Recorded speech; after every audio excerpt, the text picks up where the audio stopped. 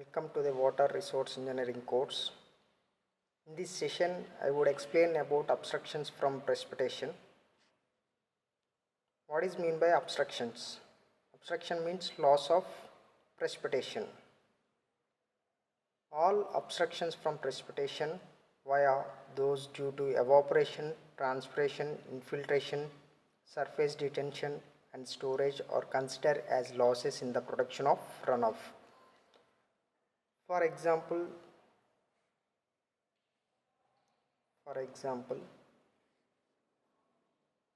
the precipitation fall from the atmosphere to the earth's surface. The precipitated runoff, some of the water intercepted means the water doesn't reach to the earth's surface. That water stores on the surface of the buildings, or some water stores on the leaf of the trees or branches of the trees. Some of the water stores on the vegetation.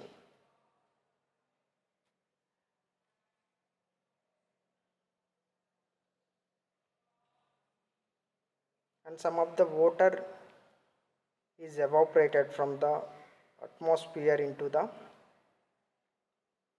some of the water evaporated from the earth's surface to the atmosphere, and some of the water transpirated from the leaves of the trees, and some of the water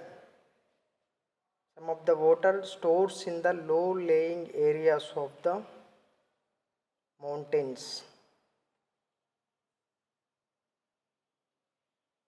Here some low lying areas are pervious soil or impervious soil, or pervious layers or impervious layers.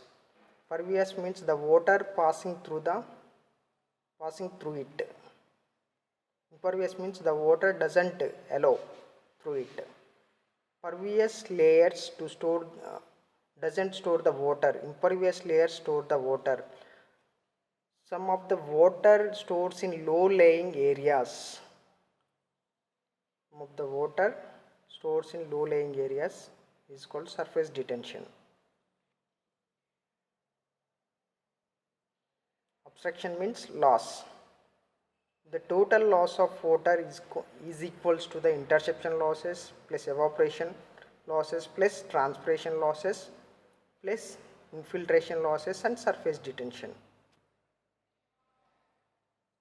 Interception refers to the precipitation that doesn't reach to the soil but is instead intercepted by the leaves, branches of the plants and the forest floor. It occurs in the canopy and in the forest floor. When the precipitation reaches the surface in vegetated areas, a certain percentage of it is retained on or intercepted by the vegetation. The water that reaches the ground via the trunks and stems of the vegetation is called stem flow. The intercepted storage capacities the vegetation vary with the type and structure of the vegetation and with meteorological factors. Intercepted means the water doesn't reach to the earth's surface. In precipitation occurring time, some of the water stores of the building and top floor of the building, and some of the water stores in the leaves of the trees, and some of the water stores in the vegetation. The intercepted losses are described by the following equation. Here this equation represents the interception losses. L suffix I equals to S plus K into E into T. Here Li means the total volume of water intercepted and S means interception storage. E is the rate of evaporation, T is the time, and K is the ratio of the surface area of the leaves to the area of entire canopy. Evaporation. What does mean by the evaporation? It is the process in which the liquid state changes to the gaseous state. The precipitated water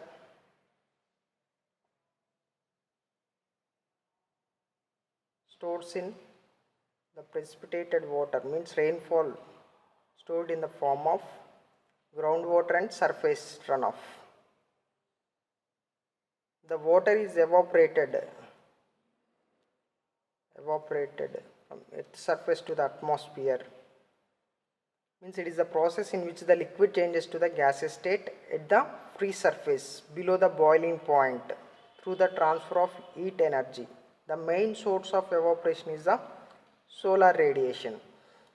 Here the water is evaporated with the help of solar radiation. When the sunlight reaches the earth's surface, that reaches to the storage, water storage. This means surface water storage. Here, for example, there is a one lake is there. The lake is absorbed solar radiation below the boiling point, that is gradually heated below the boiling point of the water, and it slowly evaporated. It is called as evaporation.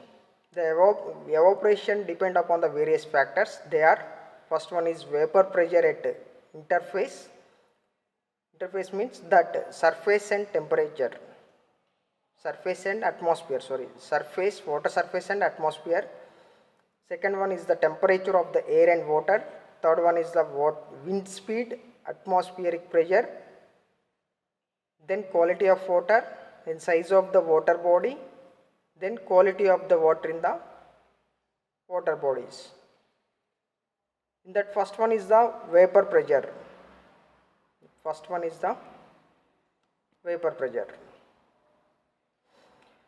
Vapor pressure, it is directly proportional to the difference between the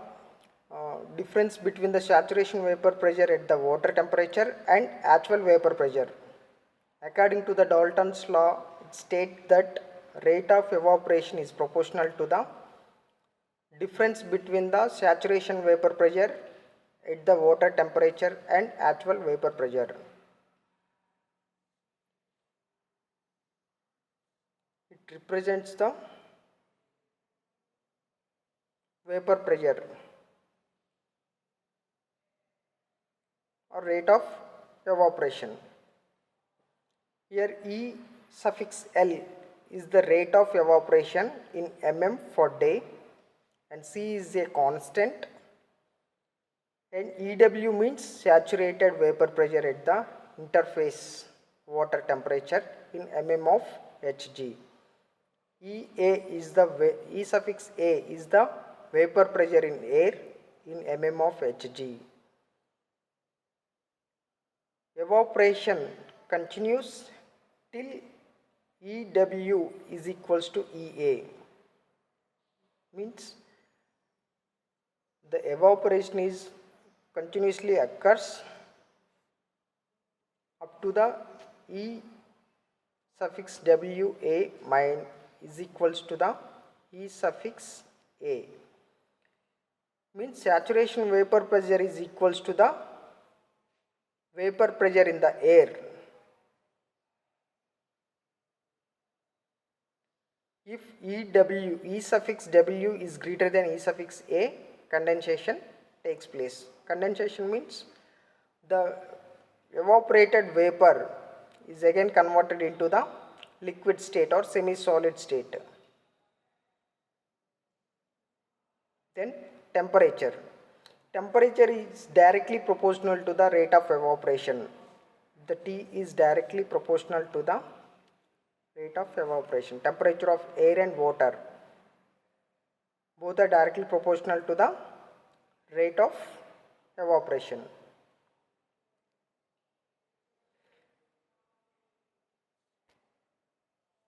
Increases in temperature in water increases evaporation. Increases in temperature in air also increases the evaporation, but not with a high correlations.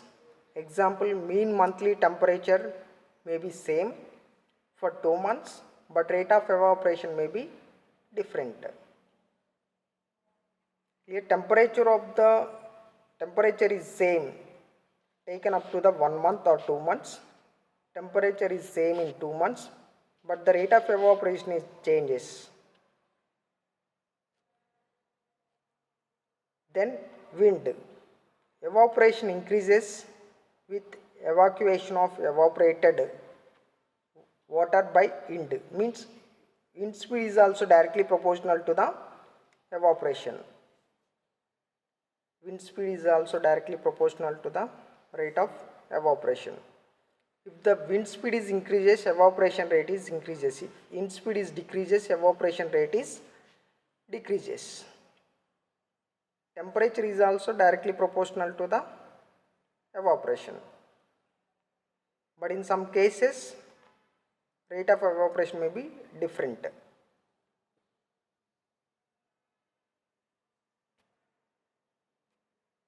Then atmospheric pressure. Atmospheric pressure is inversely proportional to the rate of evaporation. If the atmospheric pressure is increases, evaporation rate is decreases. If the atmospheric pressure is decreases, evaporation rate is increases. Decrease in atmospheric pressure, increase rate of evaporation. So in high altitude, rate of evaporation is higher. Then quality of water. Quality of water is also directly proportional to the rate of evaporation.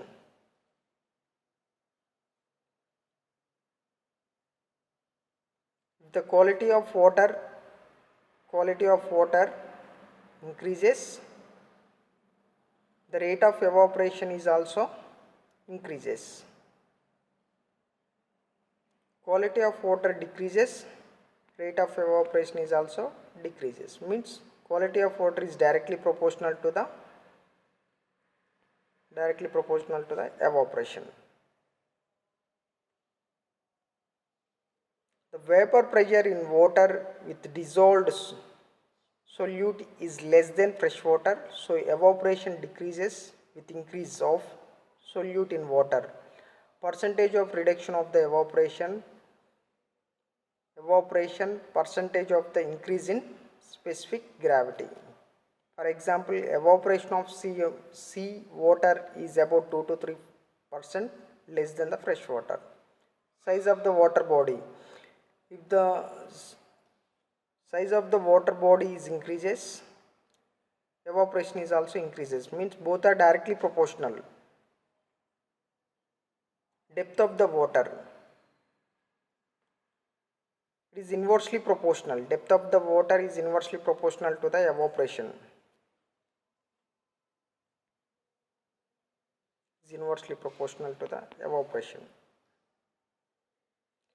Depth of the water increases, evaporation rate is decreases.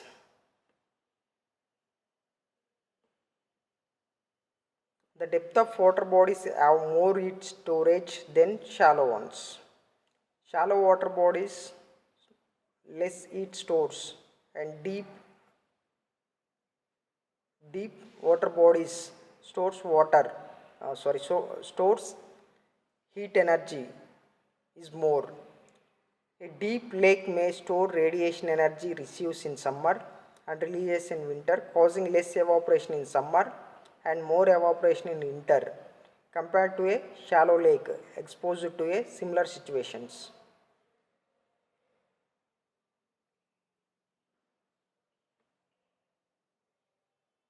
Coming to the estimation of evaporation. How to estimate the evaporation rate? By using mass transfer method, actual observations, pan observation or evaporometers, empirical formulas, and analytical methods. That first one, mass transfer method. Mass transfer method, how to estimate the evaporation rate. The mass transfer method is used to estimate the evaporation with the help of boundary layer. The help of boundary layer. The wind blows on the surface to forms a boundary layer. It depends upon the turbulence of the boundary layer. It is expressed with the help of E equals to 46.08 of V1 minus V2 of V2 minus V1 by T plus 273 log Z2 by Z1. Here E is the evaporation expressed in mm per hour. Z1, Z2 are the arbitrary levels above water surface.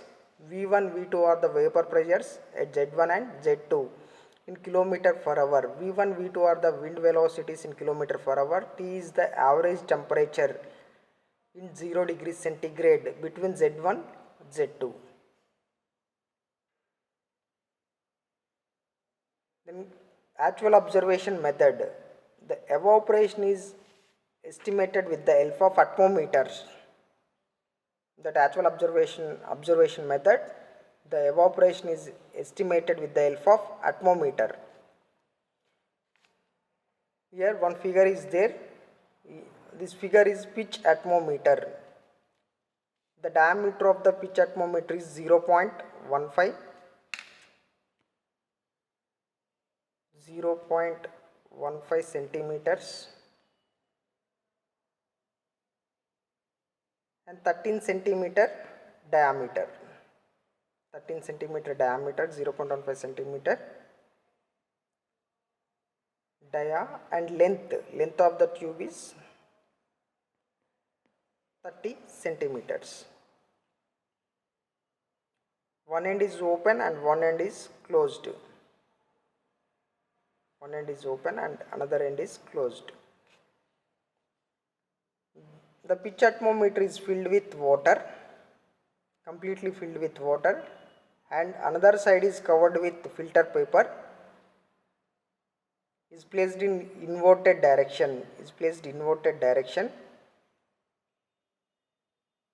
The atmometer water slowly wet the filter paper.